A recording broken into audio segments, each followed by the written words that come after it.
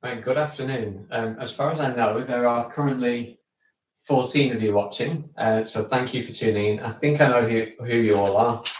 I think I've got names on lolly sticks. Just confirm for me by responding to the comments if you can hear what I'm saying right now. I'll just pause for one moment while I just confirm if you can hear me or you can't.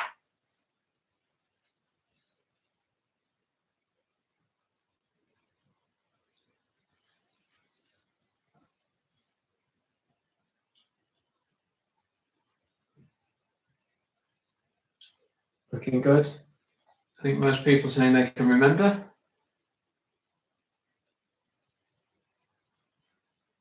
Superb. And this appears to be working very effectively as well. Is that Renata? Hi, Renata. Didn't know you were going to be here as well. Nice to see you as well.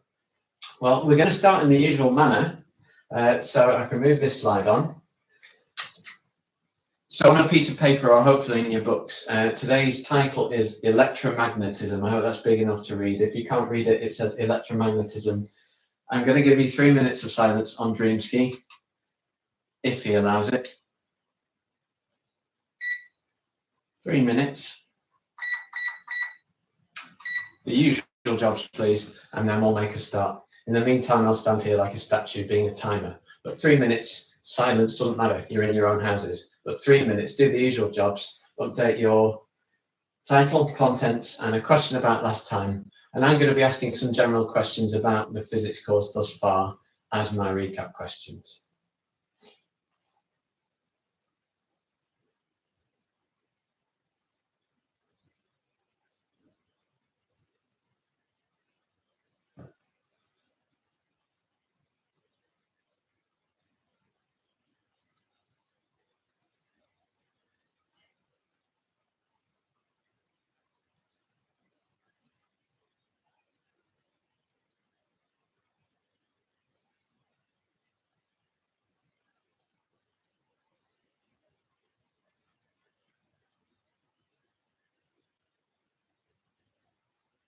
Your picture hasn't frozen, by the way. I'm just very good at standing perfectly still.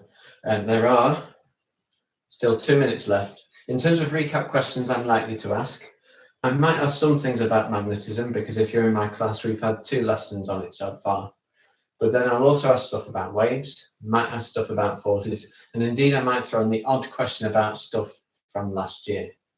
I'm checking through the list of names, and I think I've got most in this box. I will add Renata's name to the list as well, so we've got a complete set.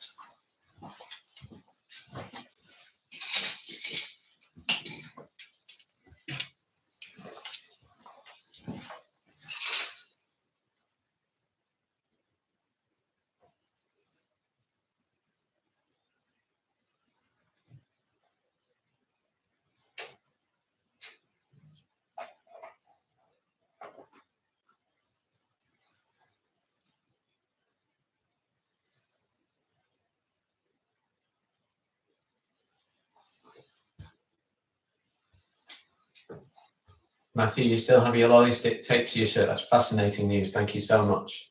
My life is enriched by knowing that.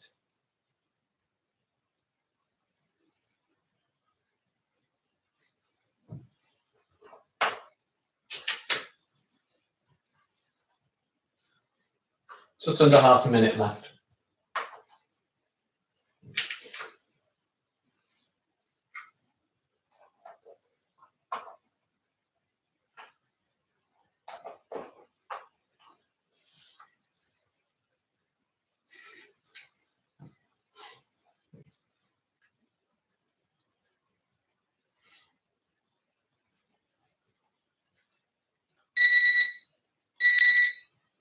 Right, we're done. We should be ready to go. This is all exceedingly strange. You'll have to bear with me while I get used to it, teaching in an empty room.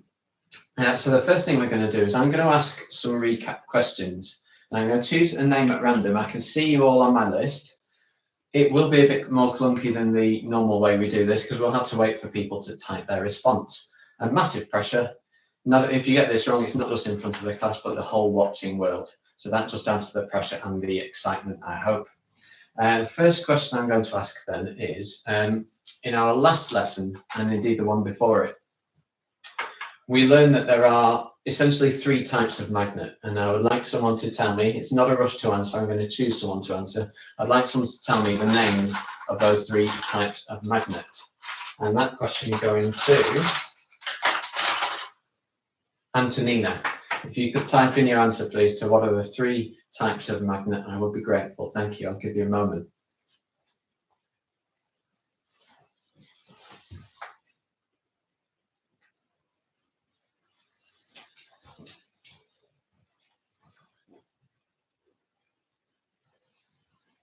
Thank you, Antonina. Yeah, so the answer to that question, if you're kind of playing along, is there are three types of magnet. They are permanent magnets, induced magnets, and indeed electromagnets. So well done. My next question then is going to be about the previous topic. I'm going to ask a couple of things about waves. I would like a definition of frequency, please, is my first question. And that question going to someone who's here. My first question going to Matthew Hindle. Could you answer what is frequency in words, please?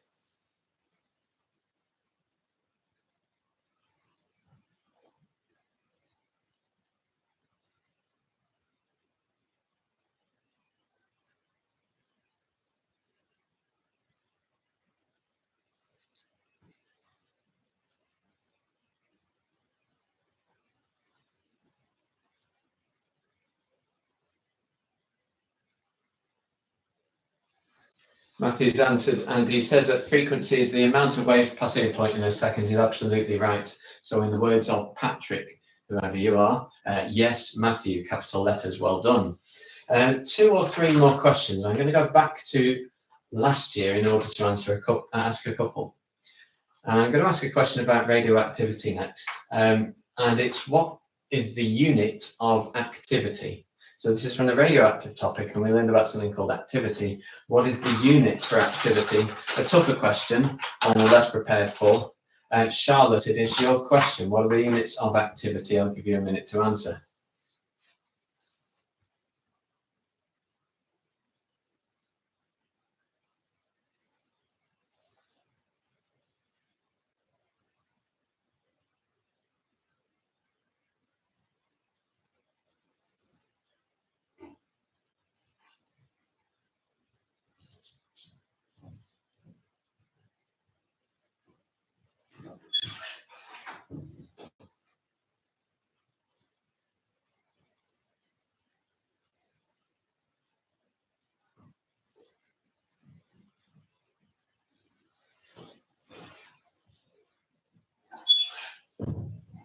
Well done, Charlotte. Yeah, the answer as to what the units of activity are is becquerels. Well done. I should have warned I was going to do some older questions there, so well done. My final question then, I'll go back to magnetism for it. And it's a question about planet Earth's own magnetic field. And the question is, from what layer of Earth is the magnetic field thought to originate? And that question is going to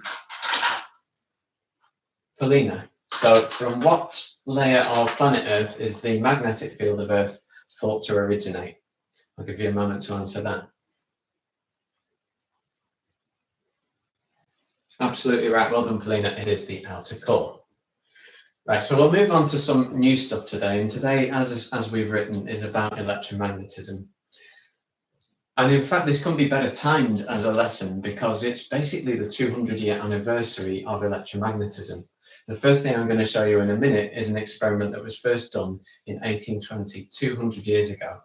And it was by a man called Hans Christian Ørsted. Now, legend has it that what he was actually doing was he was doing what I'm doing now. He was teaching in front of a class. And he was actually trying to prove there wasn't a link between electricity and magnetism. And so he performed a simple experiment to prove there was no link. And unfortunately, he found there was a link. Now, some people would have tried to dismiss that. Some people would have tried to hide from their own mistake. But Hans Christian Ørsted was a scientist. So, of course, what scientists always do is they own up to their own mistakes and they go in search of the deeper truth. And that's exactly what he did. He became one of the pioneers of electromagnetism. But I'm going to show you his experiment now. It is a very simple one. So this is the first time where I'm going to have to move the camera about a little bit. Bear with me, but I'll just be a moment or so while I do so.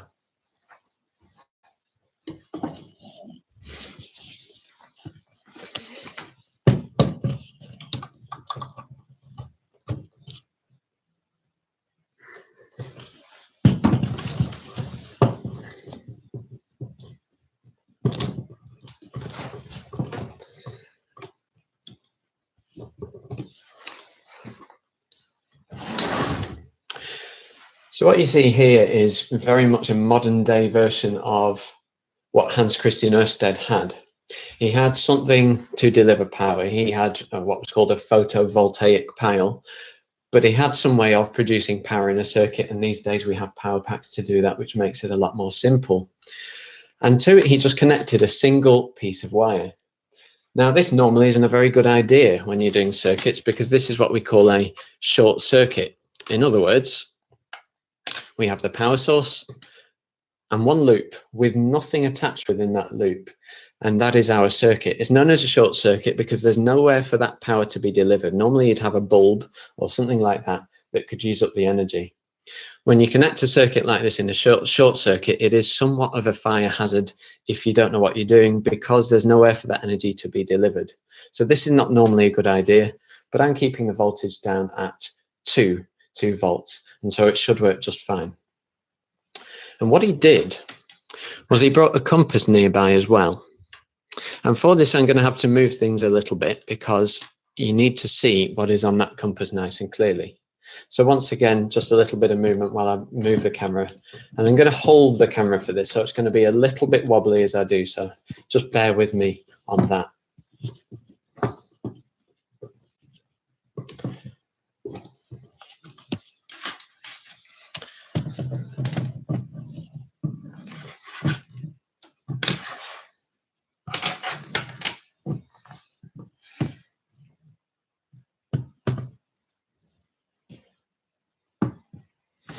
Right, that took me a moment, but hopefully you can see in the picture a compass. And what I'm going to do is I'm going to turn the power, and I'll say when I'm going to do it. I'll say 3, 2, 1, and then press it. And what Ørsted was expecting to show his pupils was that there was no deflection of that needle, that the electricity running through this wire here had absolutely no effect on the magnetic field around this compass. So I'm going to do it now. 3, 2, 1. Turned it on there, and now I'm going to turn it off. 3, 2, 1. Now that might not look like much, but that was the advent really of the modern age. I'll do it again one more time. 3, 2, 1, on. And the compass needle just moved ever so slightly. And then 3, 2, 1, off. And it moved again. Just going to move the camera back now to the view where you can see me, so I can talk a little bit about what you've seen.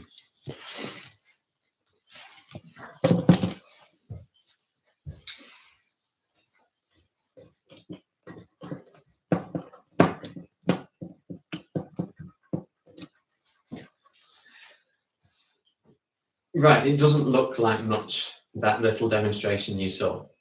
But that, as I said, was the foundation of the modern age, because the knowledge that electricity can affect magnetism, and magnetism can affect electricity, and that electricity and magnetism are interlinked, is the foundation of just about everything that you can think of. It's the foundation of the motor, as we'll learn in the lesson soon. It's the foundation of electrical power generation. So the lights won't be on in this room were it not for that. It's even the foundation of the modern communications we use now. So the fact that you can see me live from my room to yours right now is all down to that moment there that Ørsted had. Michael Faraday took the ideas and ran with them, but it began there. So the first thing I want you to learn today then is that when a current flows through a wire, there's a magnetic field around that wire. And they're the first notes we're going to make. We're going to write a sentence about it and do some simple diagrams. So pick up a pen, pencil, ruler, and just bear with me once again while I adjust my camera.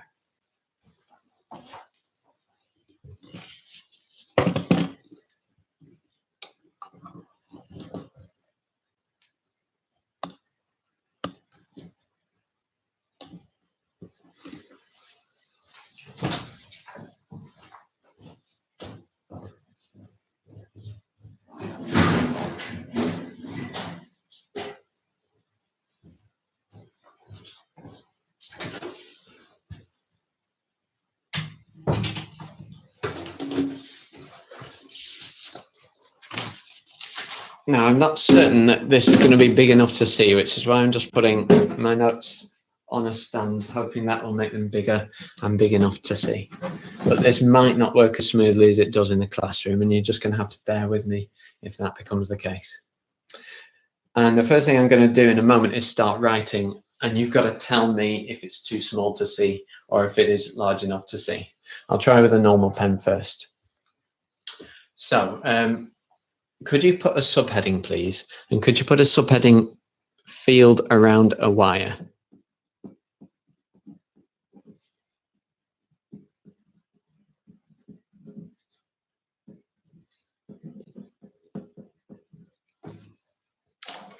And just as I underline that, please tell me, and I'll wait on the comments, if that is not clear enough to see, if that's too small to see.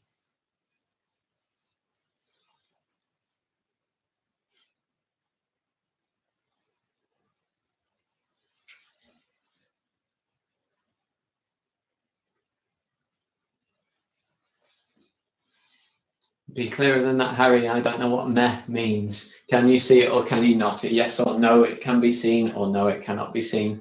Meh is what you young people say. I have very little idea of what it actually means. Well, I'm going to switch pen. I'm going to write the same title again, and you can tell me if it works better. So this time,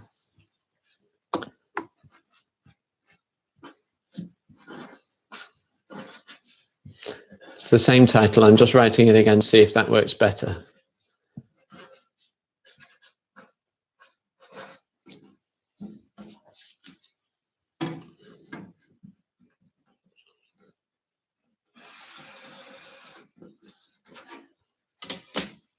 Just let me know if that's any better. That's better, much better already. Lovely.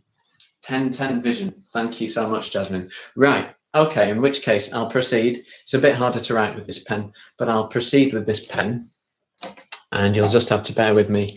I'll have to write double size so that it stands out. So one sentence first. When an electric current, sorry,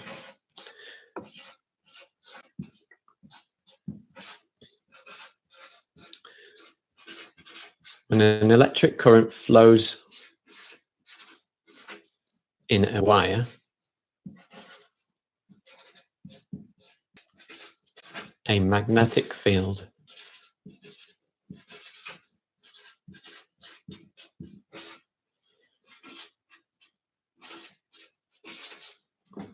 will stop.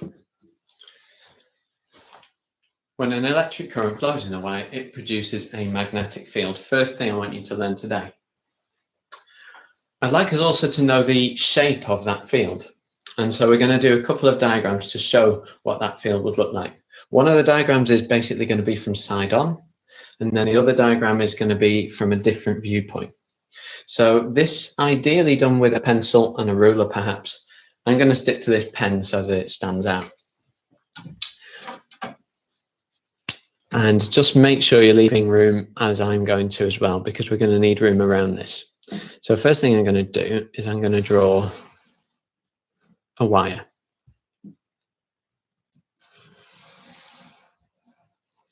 Like that on my page. And to show that this is somewhat of a three-dimensional representation, there's the end of the wires as well, like that. Draw something similar if you can.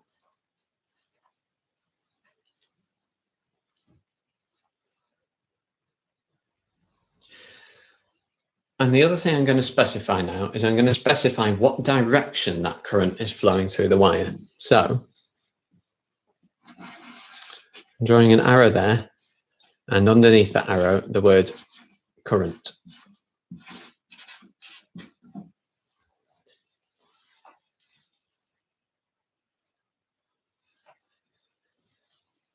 So as soon as there's a current flowing in that wire, there is a magnetic field, invisible to our eyes, of course, but it is nevertheless there. There is a magnetic field around that wire, circular. Well, on this slightly three-dimensional diagram, those circles are going to look slightly like ovals, but just watch how I draw this, and hopefully it will make sense. The field is in concentric circles around the wire, like this. And each circle, we're going to draw 3 circles, do it slightly further apart than the last to show that the field weakens as you move further out. Like that. And then my final one, I won't be able to complete the diagram because of the words I've written, but my final one a little further apart still. Like so. And you can imagine that circle was being completed there, but obviously I can't without ruining my diagram. So around that wire is a magnetic field that goes outwards in concentric circles. There's one other thing you always need to label on a force diagram, and I'm going to pause for someone to provide the answer. What is missing from my force diagram right now? Type your answer if you know it. What is missing from the force field diagram right now?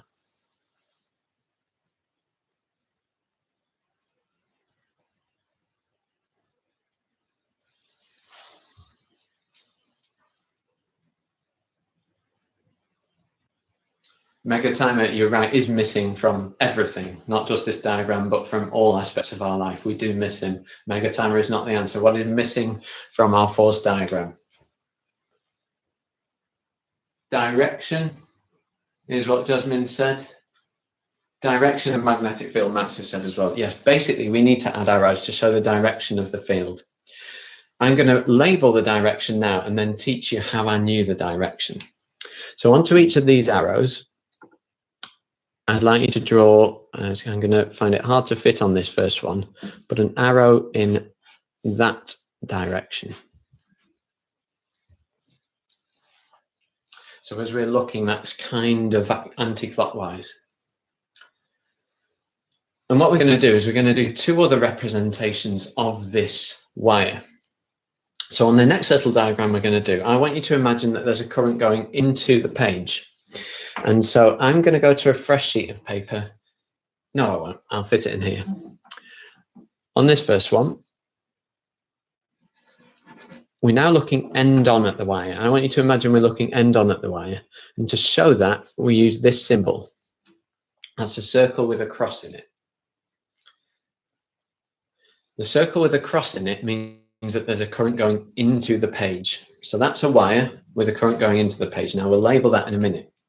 If you could see that wire end on, you would see a circular field. Again, if you could see it, you would see a circular field around it. The line's getting further apart if you've room to show the field weakening as you move further out. Once again, I'm going to apply the rule I'm about to teach you to know which way the lines will go. And in this case, your arrows will go in this direction. As we're looking at it, they're going clockwise. So that's another representation of the same diagram of the field around a wire. And the second way I can represent that then is, again, we start with a wire. But to show the wire is going, the current's going into the page this time, a dot. So there's a circle with a dot just there. And this time we have concentric circles again, but the arrows are going to be in the opposite direction.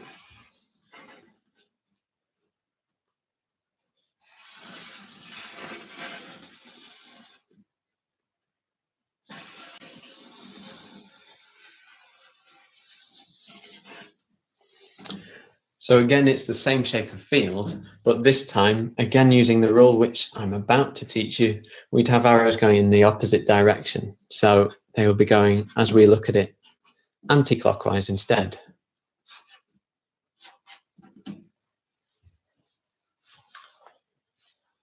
Now, just to make sure we're clear on what these mean, this one, and I'm sorry if this slightly upsets the way you've laid out your work, this one represents current into the page.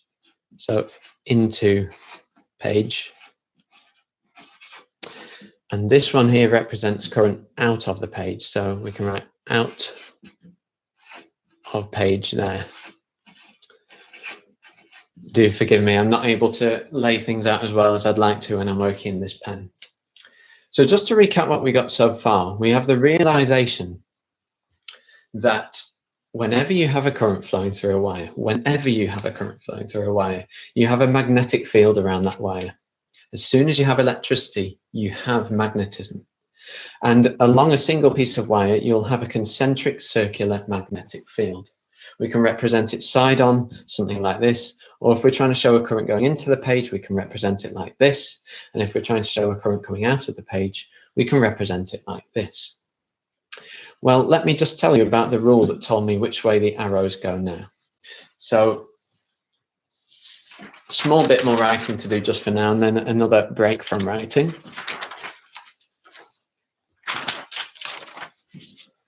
Shout at me through the comments if I'm going too slow, by the way, too fast, by the way.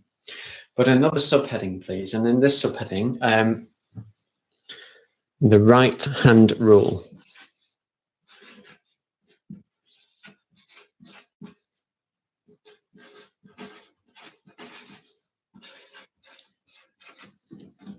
And you can underline that as well.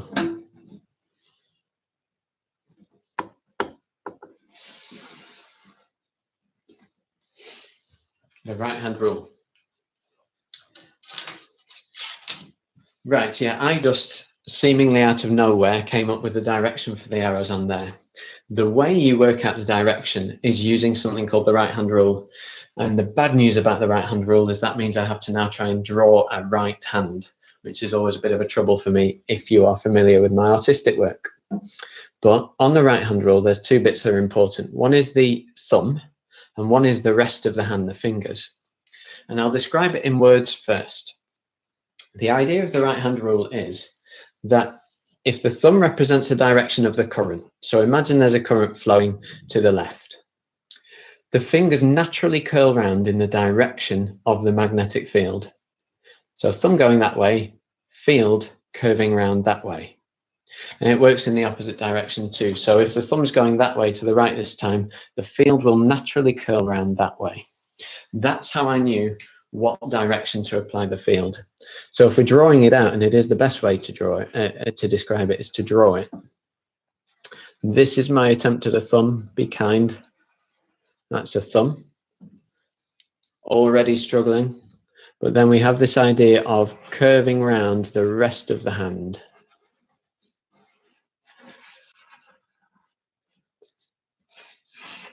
A bit claw-like, a bit Lego-like, but I think we're there. Draw something like that for me if you can, please. The thumb is absolutely not to scale with the rest of the fingers, is it there? But it will do. It will do. And onto this diagram, we're going to show what each of these represents. So the thumb first. And then put a dash. And that is direction of current.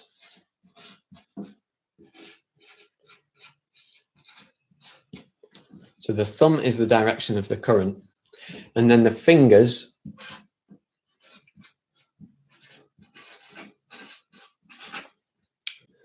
they are the direction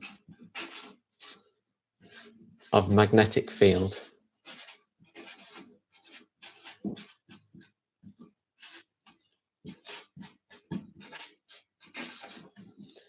So that's how you know what direction the field lines go on a magnetic field diagram. I'll just keep that on the screen for a minute as people catch up with it. So yeah, thumb is the direction of the current, the fingers are the direction of the magnetic field. Thank you. I think Harry and Jasmine are proud of my drawing. Well, I'll choose to believe that you're being genuine there. Thank you so much. The compliment means everything. Just to show you what I mean by that then, so with this right-hand rule, we can look back at our diagrams and you can see how it works. You can do it on your own diagrams too. So with the first picture, my thumb going that way, showing the direction of the current, and look, my fingers curl over the top of the wire, just like these field lines curled over the top of the wire in our diagram. Going to the bottom two, and we have a current into the page. Again, if you angle your current into the page, your fingers naturally curl. If you use your right hand, it has to be the right hand rule. Your fingers naturally curl in the direction of the field that we've added. And the same for the current coming out of the page. If you align your thumb upwards, then your fingers naturally curl in the direction the field lines would go. So that is how you use the right-hand rule to know which direction the magnetic field will be going. Well, I'm going to show you a second demonstration now. So once again, a bit of pause as we move around. I'm aware I'm taking longer over this than I would in a normal lesson. Bear with me. And like I said, I think on the introductory video, if we go a bit beyond 310, again, bear with me, because I want to give you time to practice and to go over it. But I guess you don't have any buses to catch and not much else to do at the moment. So if it gets to about 3:30 this lesson, then I hope that's okay with you. If it isn't okay, let me know. But if not, I'm going to plow on regardless. So I'm moving the camera now to show you a second demonstration.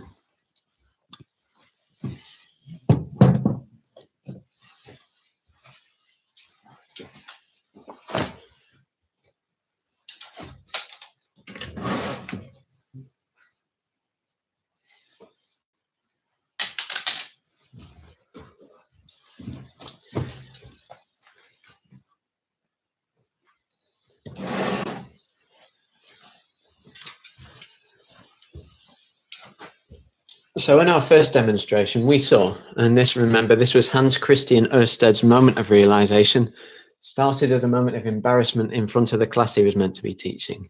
He was trying to show there was no link between electricity and magnetism, and when he switched it on, he found this needle moved, and so he found there was a link between electricity and magnetism. Well, after a little bit of experiment, people began to realize that if you curl a wire up, you increase the effect. So with a big curl of wire like that, you can create a bigger deflection. You might just about to be able to see that on your screen, you might not. But with a curled up piece of wire, you get a bigger deflection. If I hold it in the right place, you might be able to see that. Thankfully, I have a better way of showing it too. Just watch for the deflection now. Much bigger deflection when you have curled up wire.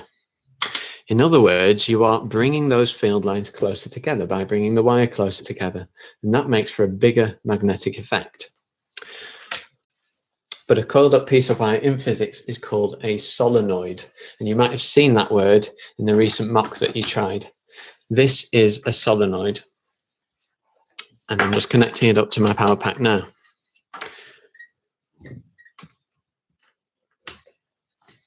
So there is a current now flowing through this. It's coming out of the power pack through the wire itself. It is curled. You can only see one half, but that's because this is see-through. The bottom half of it is just there. So it is a complete coil, and the coil ends up here and goes back to the power pack. So it is one complete circuit again. Well, I'm going to add a few more compasses around this. And the aim is that we can see the difference when we turn this on and when we turn it off, when we have the solenoid working and when we don't. So I'm going to arrange some of these in different places around this, and we'll try and take a look at the direction some of these are going. This may not work as I want it to, but we'll see. I'm going to arrange them something like that. Again, I'm just going to have to shift the camera about a little bit.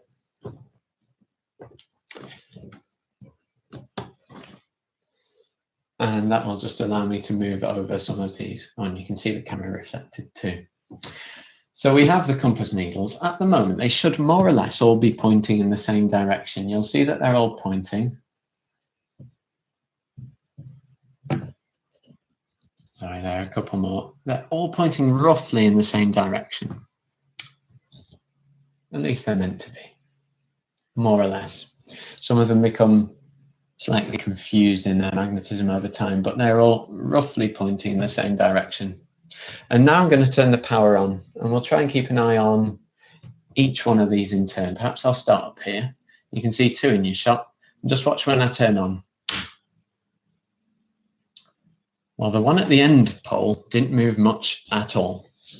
The one on the end here. But the one up here moved quite a lot. Just watch as I turn off and on again. You see that? Oh, didn't work that time. There we go. Just let it reset.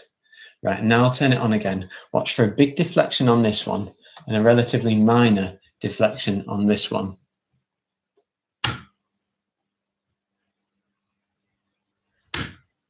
Well, that observation is telling us something about the shape of a field around a solenoid, which we'll come to in a minute.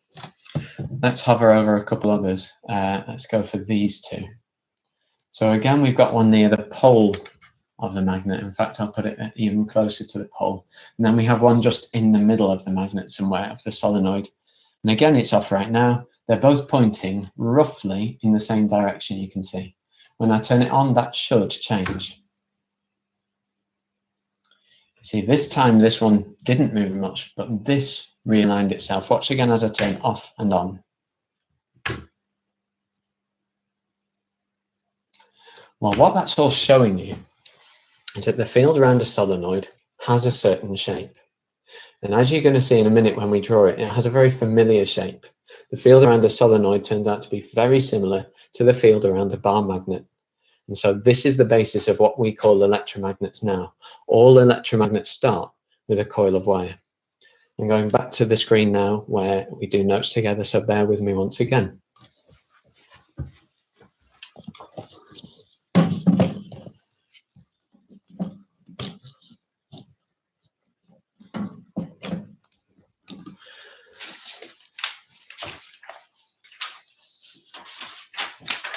A subheading, please. And your subheading for this section is the word solenoids.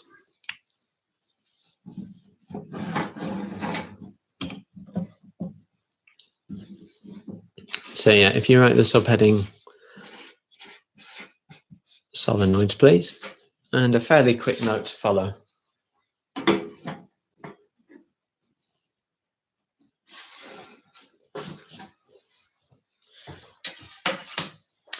First thing we're going to write is this. A coil of wire. A coil of wire is known as a solenoid.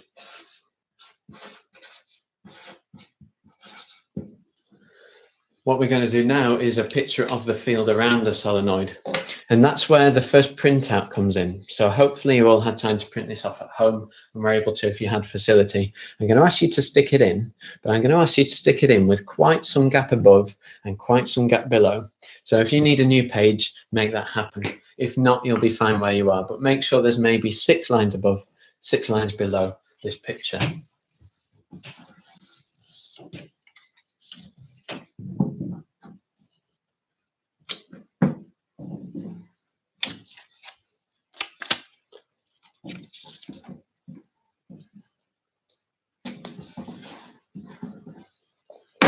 Again, I'll give you a moment to catch up. Anyone who is caught up, just confirm for me on the comments. Just confirm if I'm going too fast, too slow, or just right, please. If you've done that. So once you've done that, just let me know if I'm going too fast, too slow, just right, and I'll try and time these notes properly on the basis of what you say. Just right. Thank you, Harry.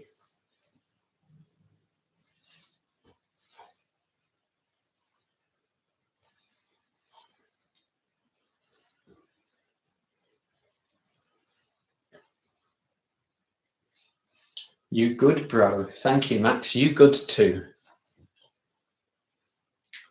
Gucci.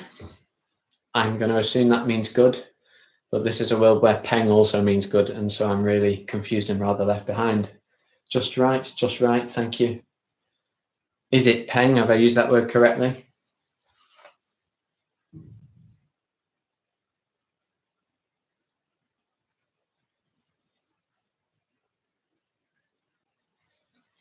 It would appear my saying the word peng has broken the internet, so I'm going to move on. Pretty much, yes. Thank you, Jasmine. Right. I'm going to now draw the field around this solenoid. So what we've got pictured here is a solenoid, a coil of wire. It's mounted around something. That's just so we get some sense of the 3 dimensions of this picture. So you can see the coil going behind the back of this tube, around the front, behind the back, around the front, behind the back, around the front, and so on. And we've got a current marked on. And perhaps that's the first. No, we'll mark the current on at the end. The shape of the field first goes like this. So in the middle of the solenoid, I want you to draw 4 straight lines.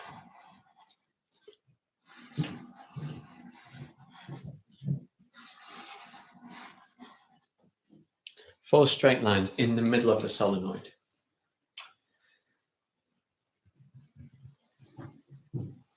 But actually, the interesting bit of the field is around the edges. Oh, sorry, no, the familiar bit of the field's around the edges. In a sense, this is the most interesting bit. What you can see here is a uniform field, a very strong field. The lines are close together and the lines are straight. That shows it's what's called a uniform field. But the rest of this picture will have something familiar about it. This is going to be the shape you see around a bar magnet. So coming out of one end of this solenoid, we can curve around and join up the field at the other end. And the same with this one here, out and over the top and back through. And the same with the two below. So again, there's some sort of symmetry to the picture we're making.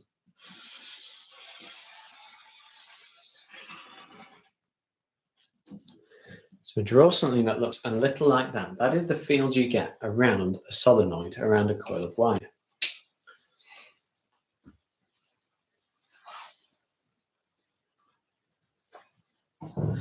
What I'm going to do now is ask another question and wait for the answer to come. And I'll wait for a few answers because I suspect some of them might contradict each other.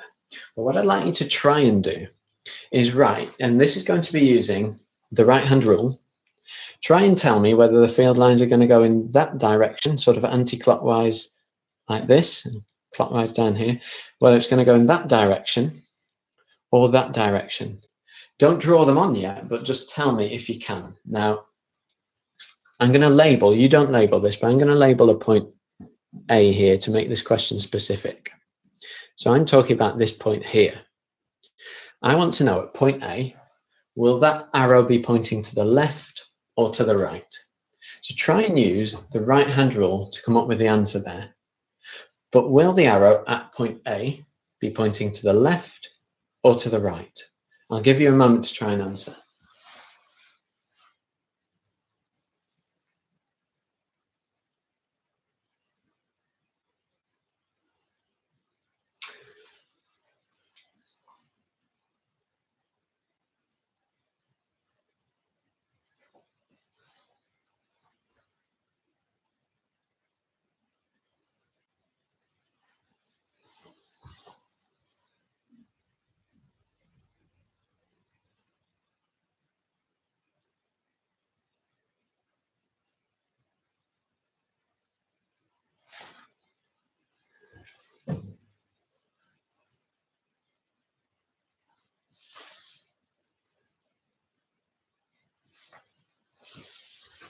Right, we have so far a number of answers. That's good. So we've got, we have to the right, to the right, to the right, to the right, to the right. We have unanimity so far in the answers that we have. I've got everyone's answers from Tom through to Luke at the moment. Most people saying to the right. Tom saying out the left into the right, so to the right as well. Well, let's apply the rule and see. So you can choose any bit of wire to try and make sense of this, but I'm going to choose the bit that's on the front here. And I'm going to use the right-hand rule for that bit there. So on that bit on the front, the current is pointed downwards, so my thumb points downwards. And that means the direction of the field through the tube is that way, to the right as we're looking, in the tube. What that will actually mean is the arrow up here will point to the left. Let me add some arrows to make sense of that. It will not point to the right, it will point to the left at A. It is hard to get these. Let me show it from one here. So now imagine we are the wire behind the tube. So behind the tube there, a current pointing that way. My fingers naturally curve into the tube that way. So again, that's confirmation that the the field is going through the tube in that direction. So if you can add arrows to the field in the tube, add them like that. And then, as we come out and round, we have them like that, and we have them like this. So another question for you to answer now. which end of this is a north pole and which end of this is a south pole. So either tell me north to the left or north to the right. Tell me which end of this is a north pole, either north to the left or north to the right. And I agree, Jasmine, the gang can get wrecked for getting that wrong, but hopefully you know why it is the other way around now. North on the left, Max is saying.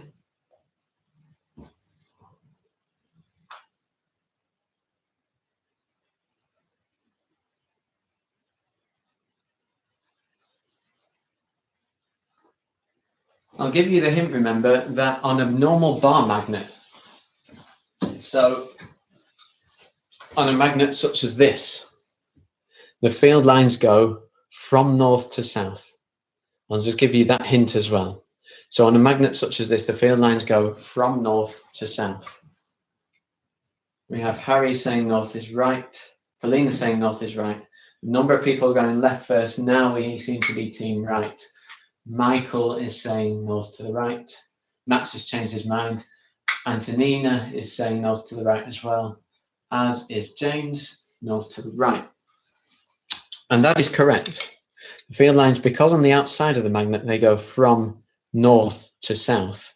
It depends. If you're looking inside, I can see why you'd think north was here.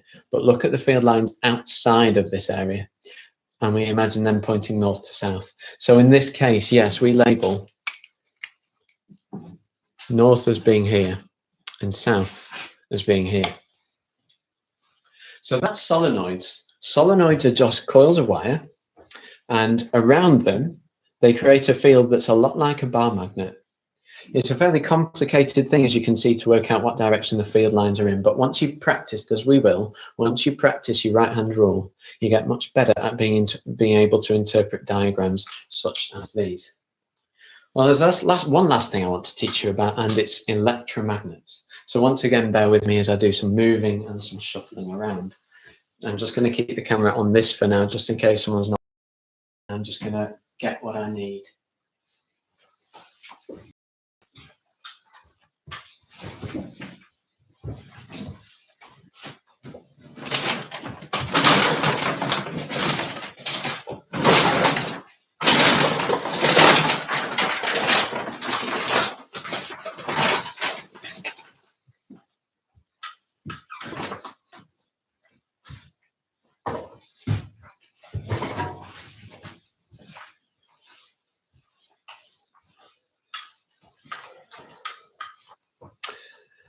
And in fact, for this last bit, I'm going to keep the same view. It's just going to make things a little easier. You're about to do some work for me. You've listened and paid attention beautifully through this, and I hope it's kind of worked well from your end. It seems to have done from this end. But now we're just going to take a moment to consider electromagnets. You will have made electromagnets before. It's one of those experiments we tend to do in year 7 or year 8. But hopefully right now it makes a little bit more sense as to why it works. You always start an electromagnet with a piece of iron, and the most obvious piece of iron that is to hand is a nail, and that's why we often use nails. This is just an iron nail.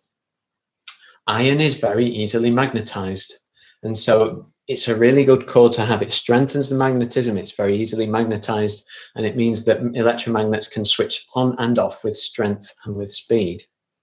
And then comes the solenoid bit. Sorry about that. As Jasmine would say, oof. There we go. Then comes the solenoid bit. So what I'm doing off screen is I'm just coiling some wire around it.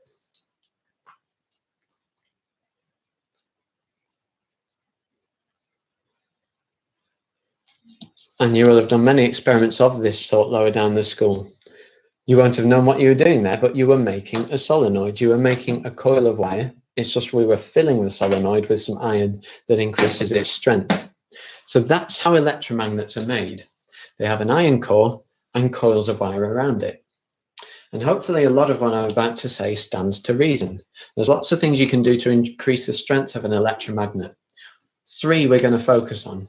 The first one is you add an iron core. So you increase the strength of a solenoid to make it a better electromagnet by adding an iron core.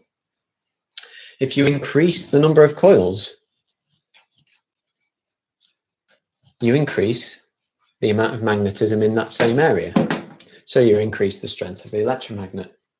If you make the coils tighter, again, you intensify, you make the field lines closer together, and you increase the strength of the electromagnet. And of course, because an electromagnet relies on electricity, if you increase the current through a wire, you increase the strength of the electromagnet.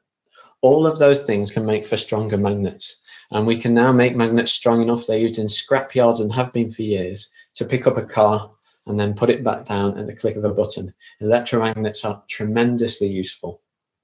So we're going to make a very simple note about electromagnets, and then thankfully that's the note section, a quick diagram perhaps.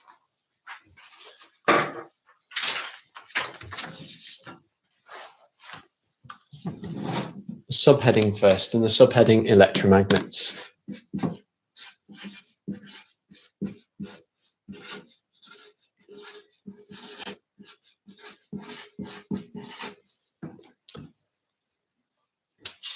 And underline that subheading.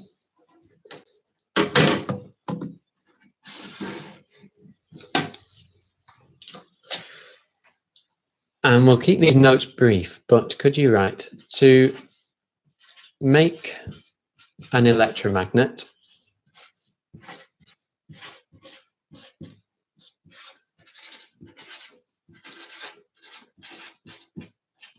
you need,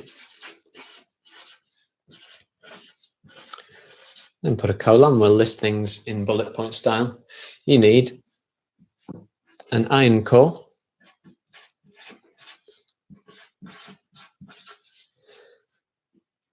a solenoid,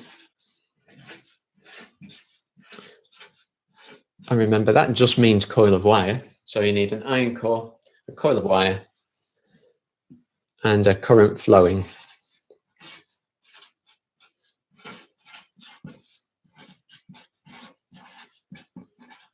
A current flowing in wire.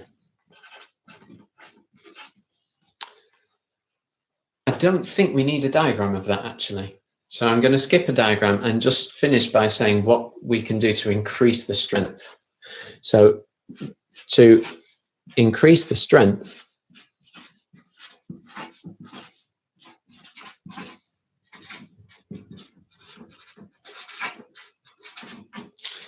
you can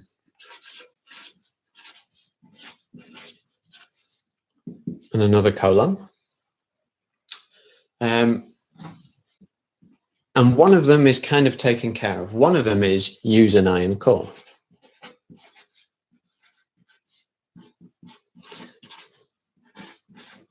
Well, that's kind of baked into an electromagnet anyway. There are other things we can manipulate more readily, and they are add to the number of coils.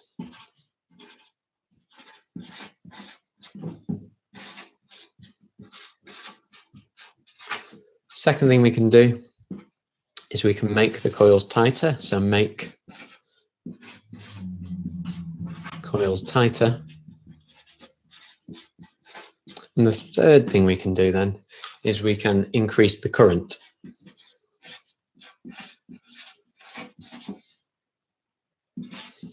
I'll just put increased current for that one. So with electromagnets, if you want to make one stronger, you manipulate any one of those things. You add to the number of coils, you make the coils themselves closer together and tighter, or you increase the current flowing through those coils. And any one of those things will increase the magnetic pull, the magnetic force that that electromagnet can apply. Right, it's that time in the lesson now where I'm going to go and stand like a statue. And you are going to try your work. So hopefully you have these questions sent to you in advance. Now, if you're on the list, sorry, if you're watching now, and some of you are who haven't received these, email my school email address if you want to be included for the next one. So some of you may want to leave now. I'm kind of done with the teaching. We're just going to go through some work, do some work and go through it. But if you want to be included for the next one, let me know and I'll email the work out to you. Use my school email address for that. But for those who are sticking around, yeah, time to do some questions. Now, I'm going to give you 15 minutes. And that might not be an entirely fair time limit, but it's the one we'll stick to. And hopefully that will give us time to go through them and then to review them afterwards. So 15 minutes, I'm going to adjust the timer so you can just watch me standing like a clock. And the other point is I want to see if you've got any questions for me as well. And once the 15 minutes has elapsed, we'll go through this and that will finish our lesson today. Thank you so much for your attention up to this point. 15 minutes on Dreamski.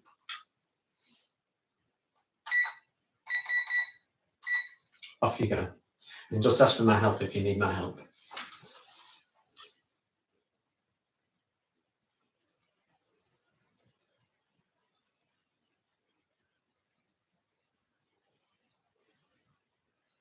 Emily, you are a little confused by Dreamski. Let me just show you briefly then. This is Dreamski. He named himself. He was the replacement to Megatimer, whom I love dearly, and Dreamski is not a patch on him. In fact, he's a fairly annoying individual, so that is Dreamski, just for the avoidance of doubt.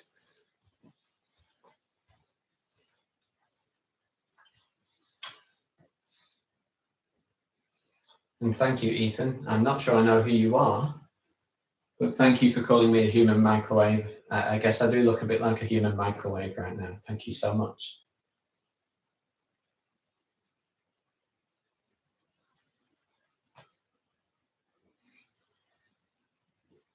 He will be missed, Emily. He will. He is missed.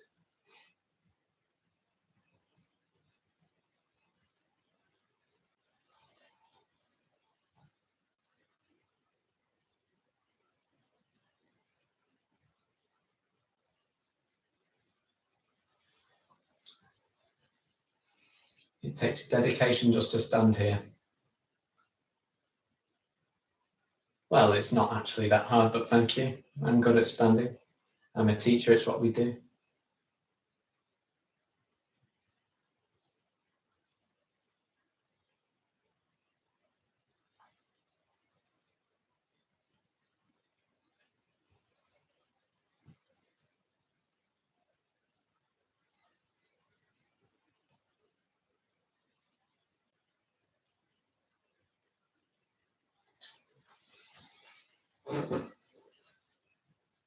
I'm not sure, Edward, whether that means you like Dreamski or you don't. But the less we talk about Dreamski, the happier I'll be. He's already stealing my thunder left, right, and centre with his big, bright red light. So the less we talk about him, the better. I was hoping the comments were going to be about physics. It seems they are all about me being a microwave or about Dreamski.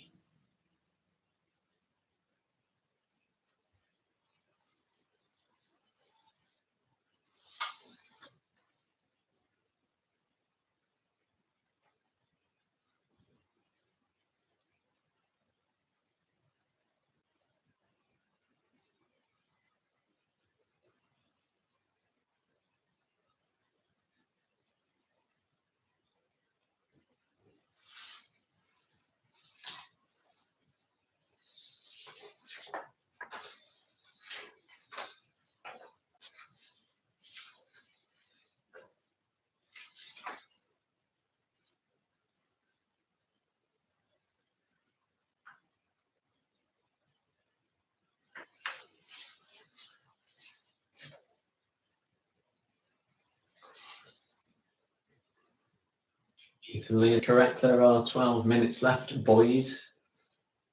Make sure you keep account of the time. So 12 more minutes. Don't worry if you don't get to the end. Some will in that time, some won't. We'll go through it all, and most of you will have time to have got to most of it, is what I hope.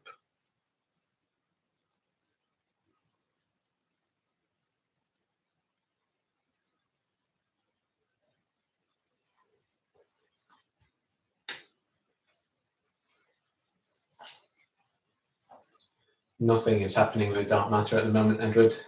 Physics is essentially broken. And whilst it is being actively researched, there are two competing theories. No one's quite sure, well, more than two, in fact. Two main ones. No one's quite sure which will prevail, and as yet, neither is coming close to detecting what the dark matter is. We have some ideas as to what it is, but no one has come close to detecting it. That seems rather off topic though, Edward, if we're honest.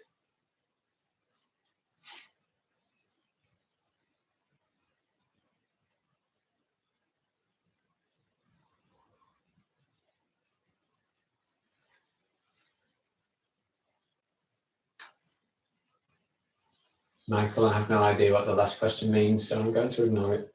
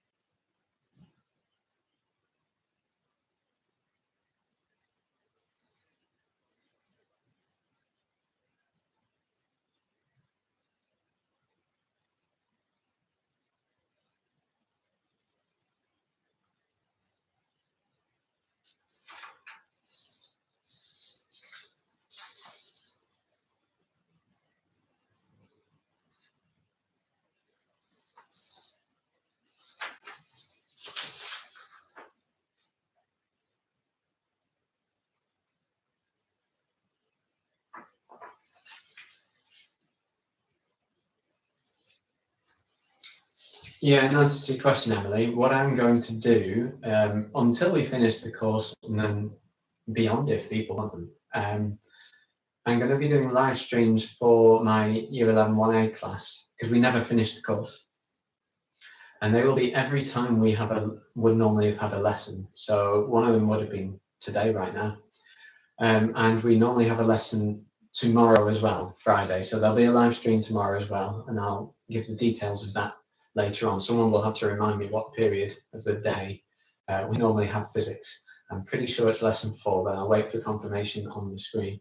But yes, there'll be more live streams whenever I'd have taught 11 1A, which is always Thursdays and Fridays, but the timings vary.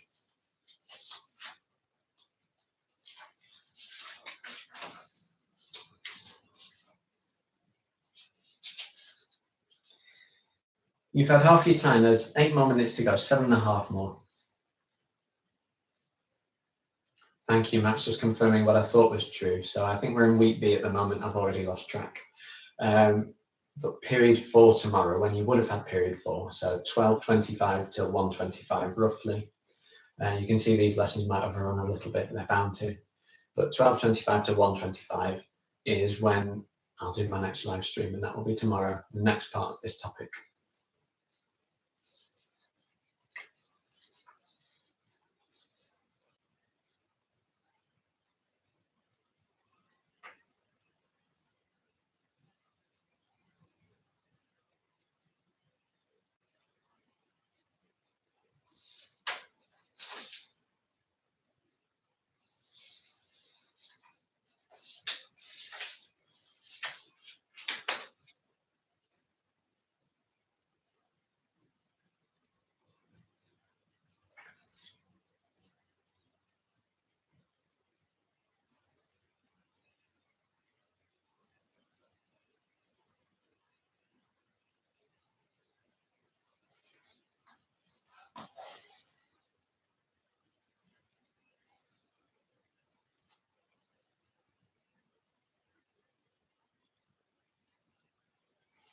In which case, Emily, yeah, if you got to a similar point in 1B, you're absolutely welcome. And yeah, if you like, and it seems you would, I'll add you to my email list. So after this lesson, sometime this evening, I'll email out anything that you might need to print in advance. But you'd be absolutely welcome to watch and participate in these lessons until we get to the end of the course. As much as anything, it's something to do, and I hope it's something a bit different to the rest of what we're doing at the moment.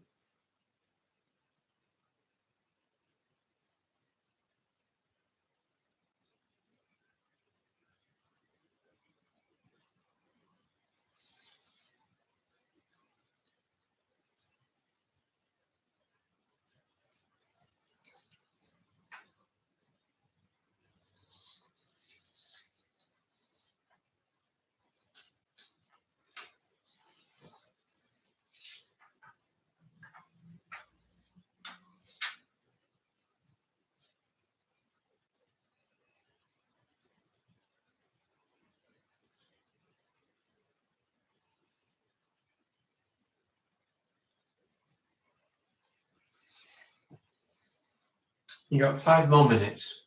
So in 5 minutes time we'll go through it. Just keep working and then we'll see how we've done.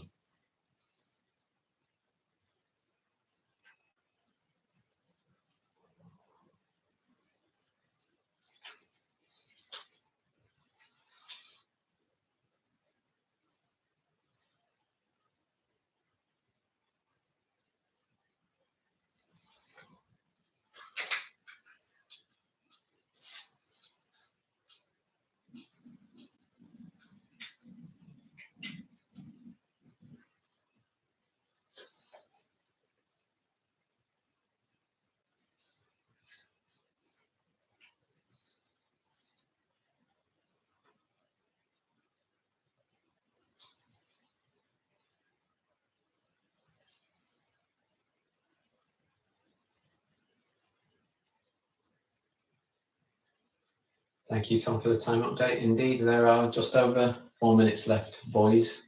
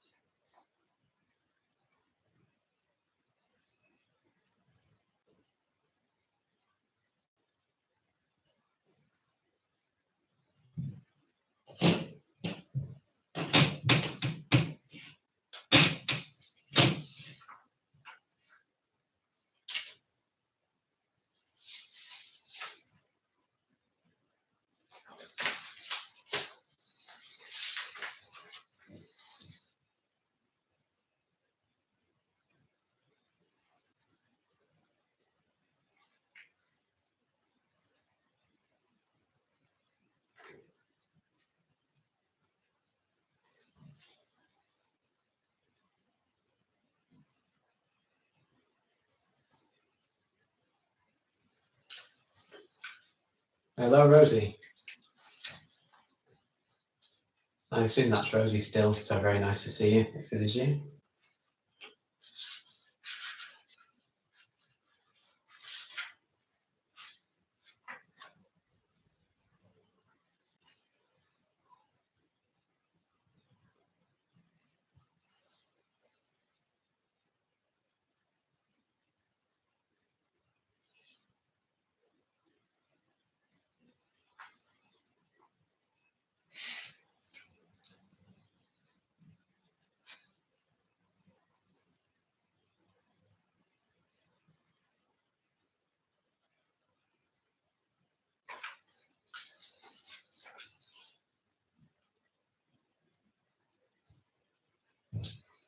Two minutes left.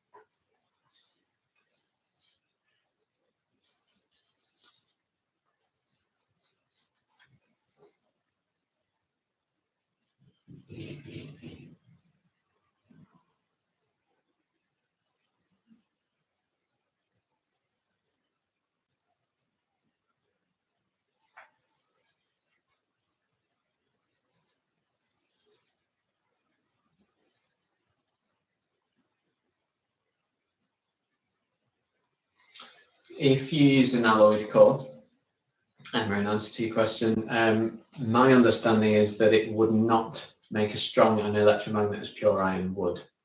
Of course, if that alloy were to contain nickel or cobalt, sorry, there's the time.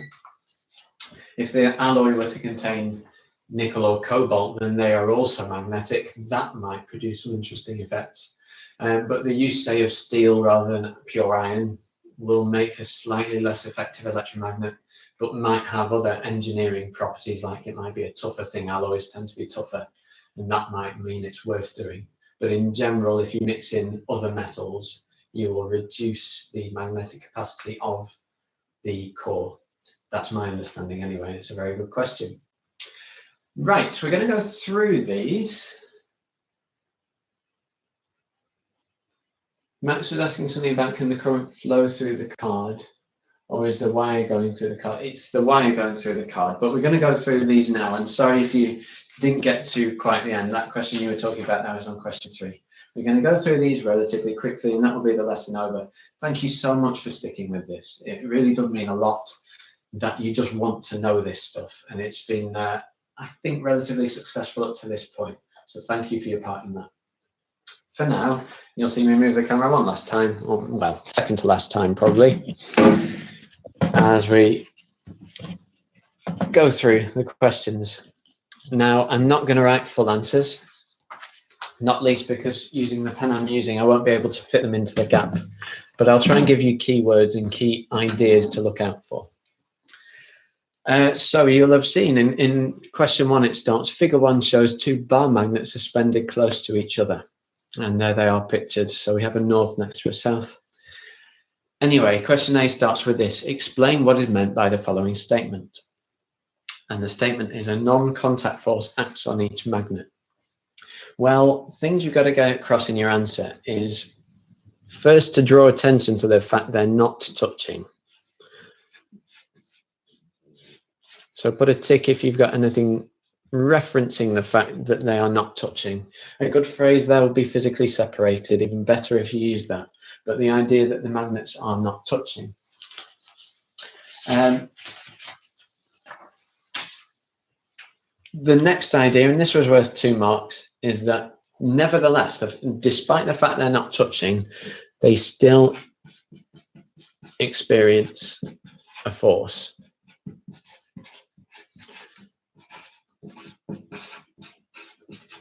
So if you've written a phrase like, even though they aren't touching, tick for that bit, even though they aren't touching, they still attract, that's 2 marks, because you've explained what's meant by the idea that a non-contact force is acting on each magnet. So they're the 2 marks there. Next, it said, describe how to plot the field pattern of a bar magnet. And remember, a bar magnet is one of these. And we did this in our second to last lesson as a group. We used a piece of paper and a plotting compass, and I think that's probably the best answer here.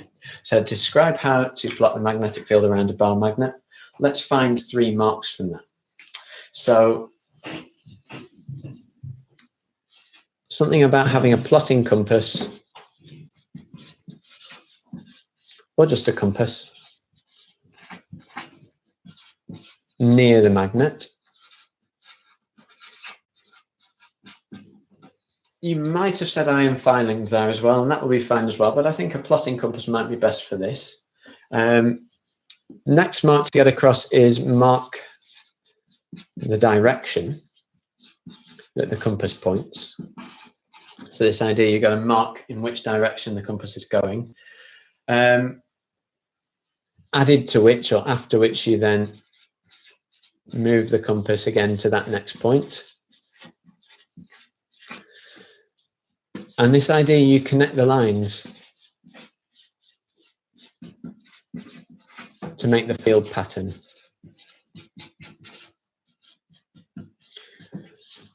So worth 3 marks, that question, and it's that sort of thing. This idea in the first bit that you would use a plotting compass, so you specify what you would use and make a note of the direction it's pointing. There's your sort of second mark here. But also perhaps in that second mark, the idea that you start moving it from one point to the next point to the next point. Lots of ways you might have worded that, lots of ways you could conceivably answer.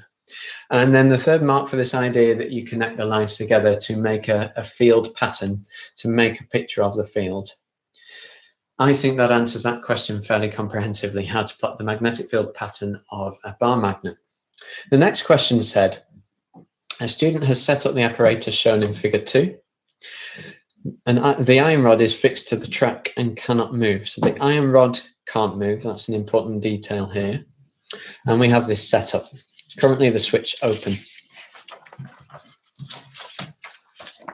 And so the question goes like this. The student gives the steel ball bearing a gentle push in the direction of the iron rod. And at the same time, the student closes the switch B. Explain the effect on the motion of the ball bearing when the switch is closed. Well, first is this idea that we need to explain that when the switch is closed, a current flows. So this is worth 4 marks, this one. A little bit more detail required perhaps in the outset. Switch closed, and that means that a current flows. Given that, whenever a current flows, and we learn this today, that creates a magnetic field, or the idea that you turn the coil into an electromagnet. Anything that means that. Then the idea, because that ball bearing was made of steel, this idea that the magnet attracts the ball bearing. And we need to explain the effect on the motion. So we've done all the explaining, but we need to now say what the motion would be. And it would speed up, it would accelerate. I would say on that last question, be harsh on yourself. If you just put it moves to the right, not enough. You've got to have this idea that it speeds up. That was out of 4. Whole question so far out of 9. So put a mark out of 9 at the end of that question. The next bit, and again, I'm hoping I am not going too fast, too slow. And sorry, I'm going to just bear with you all a moment, because for the first time we're seeing a comment that is abusive, not from anyone that I know. So let me just make a couple of things clear. It's clear that a number of you have told your friends that this is on. That is absolutely fine. There have been people in this classroom who aren't in my normal classroom, also fine, because they were respectful. But if it becomes a problem that people are going to be rude to me, I will not do any more of these. So hopefully the person will remove himself who's done that, because it's quite something to insult me. It's quite something else to deny that for the rest of you, to deny the lesson that we're going to be doing. So anything more like that, I'll simply stop doing these. Apologies, we're going to move on. So a fault in an electrical circuit can cause too great a current to flow. Some circuits are switched on by a circuit breaker. And this is complex to look at. The first time you look at this, this is complex, but I hope you took some time to see how this must work. And so the question follows. One type of circuit breaker is shown above. A normal current is flowing, and we're being asked to explain in detail what happens when a current bigger than normal flows. So there was already a normal current flowing, current bigger than normal flows. Well, there's kind of 4 marks to get across here. First is that when the current's bigger than normal, then we have to say something along the lines of that the electromagnet becomes stronger.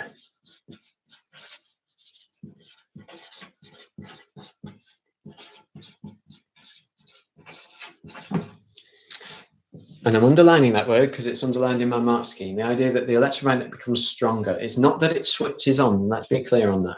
There was already a current flowing. There was already an electromagnet. It's that the electromagnet becomes stronger.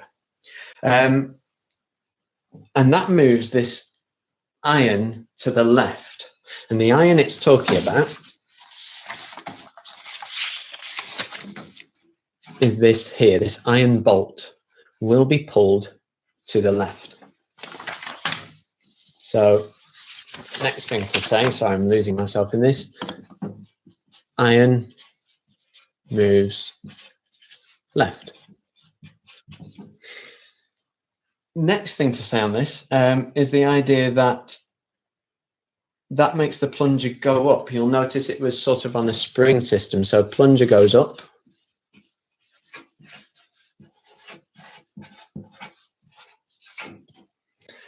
And that breaks the circuit.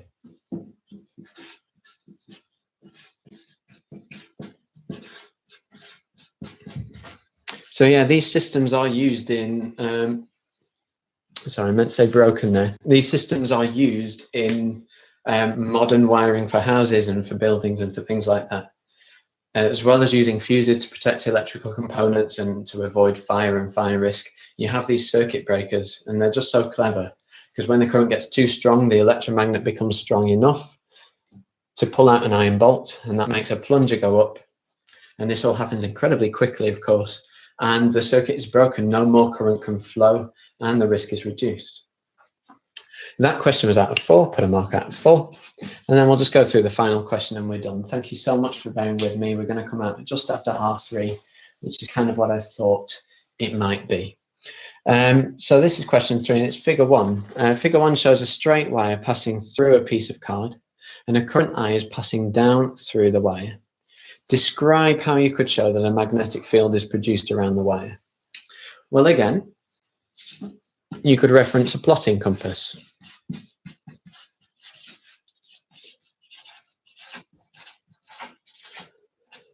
So you could reference a plotting compass, and you could talk about, and that's how I do it, talk about putting the plotting compass at different points and seeing that the needle moves. So the needle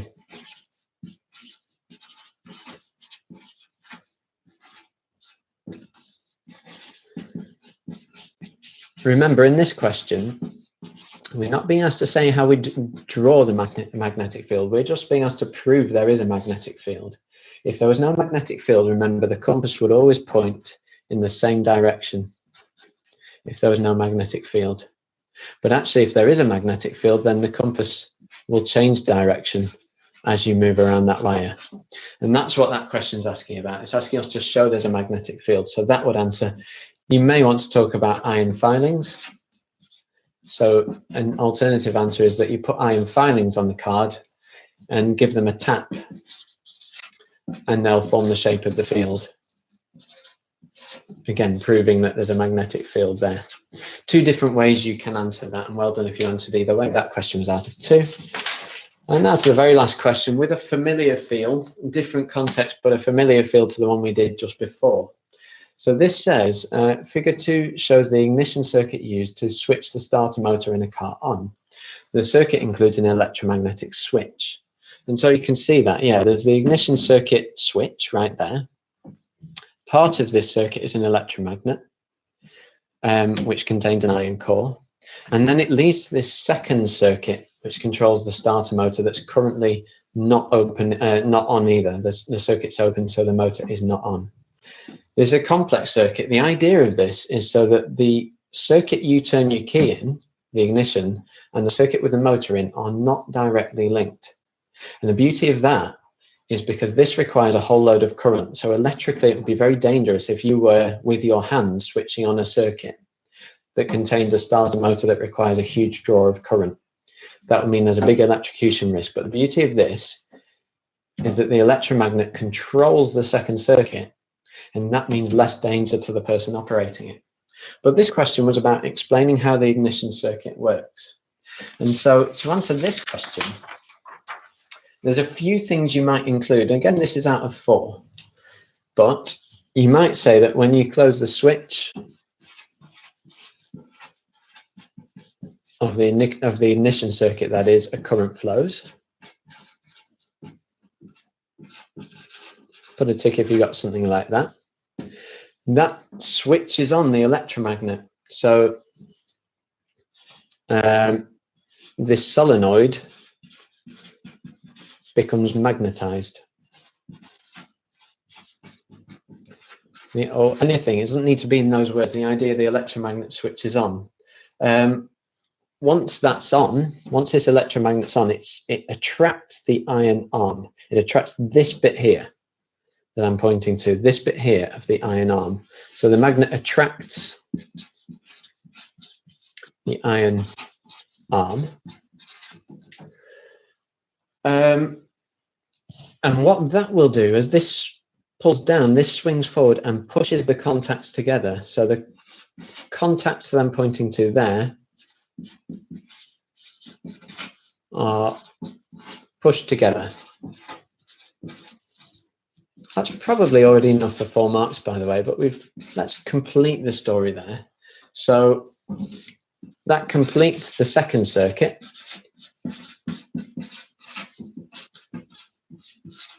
And that means that the motor switches on.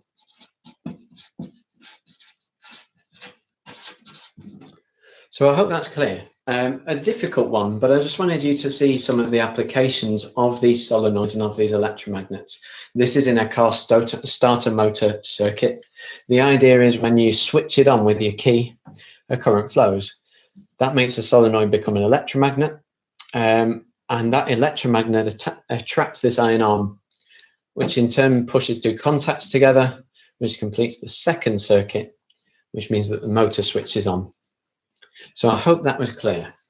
I'm just going to adjust the camera one last time so I can say my goodbyes for now and for further instructions. Thank you so much for bearing with me through this. So,